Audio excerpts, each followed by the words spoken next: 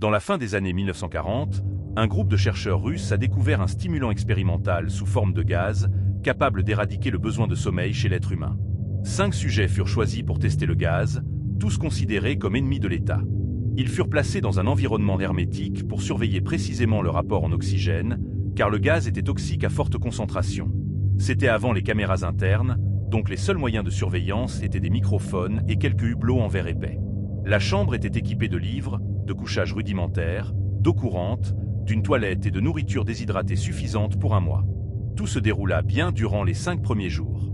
Les sujets se plaignaient à peine, ayant été faussement informés qu'ils seraient libérés s'ils restaient éveillés 30 jours.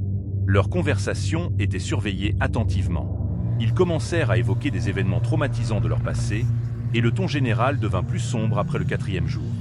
Au 5e jour, ils commencèrent à se plaindre de leur situation et manifestèrent des signes de paranoïa.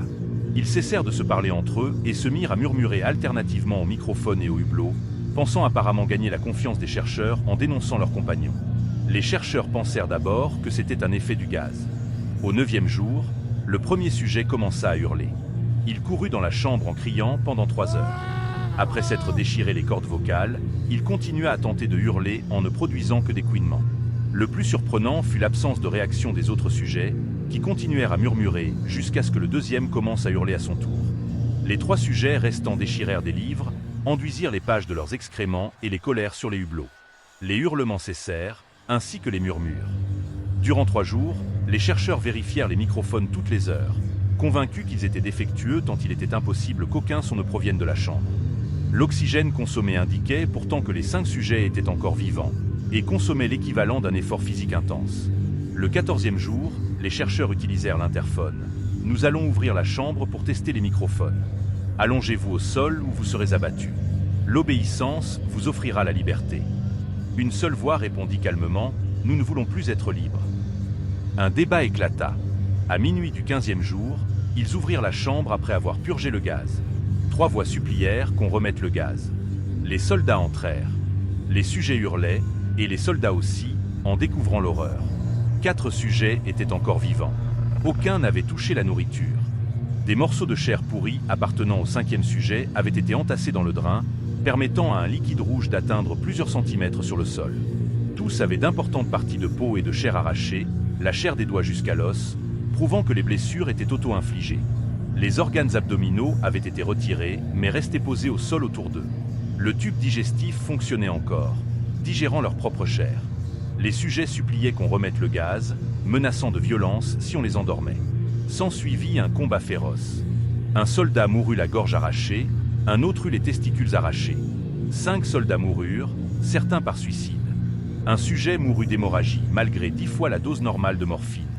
Son cœur battit 2 minutes après qu'il n'ait plus de sang, et il continua encore 3 minutes à crier « Plus, plus », avant de mourir. Les 3 survivants furent amenés en chirurgie. Ils étaient insensibles aux anesthésiants. Le premier mourut quand ses yeux se fermèrent. Son cœur s'arrêta immédiatement. Le second accepta l'opération sans anesthésie, vivant 6 heures alors qu'on tentait de replacer ses organes. Lorsqu'on lui donna un carnet pour s'exprimer, il écrivit « Continuez à couper ». Tous demandèrent obstinément le gaz. Ils furent réinstallés dans la chambre, attachés et reliés à des EEG. Dès qu'on remit le gaz, ils cessèrent de se débattre. L'un chantait, un autre secouait ses jambes, un autre se battait contre le sommeil. L'un entra soudainement en sommeil profond. Son cœur s'arrêta et il mourut immédiatement.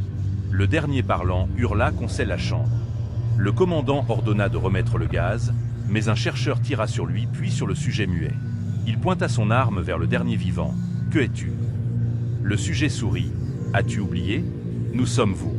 Nous sommes la folie qui vit dans chacun de vous, suppliant d'être libéré. Nous sommes ce que vous cachez, ce que vous étouffez quand vous dormez. Nous sommes ce que vous tuez pour atteindre la paix de vos nuits. » Le chercheur tira dans son cœur. Alors que le sujet mourait, il murmura « Si près d'être libre.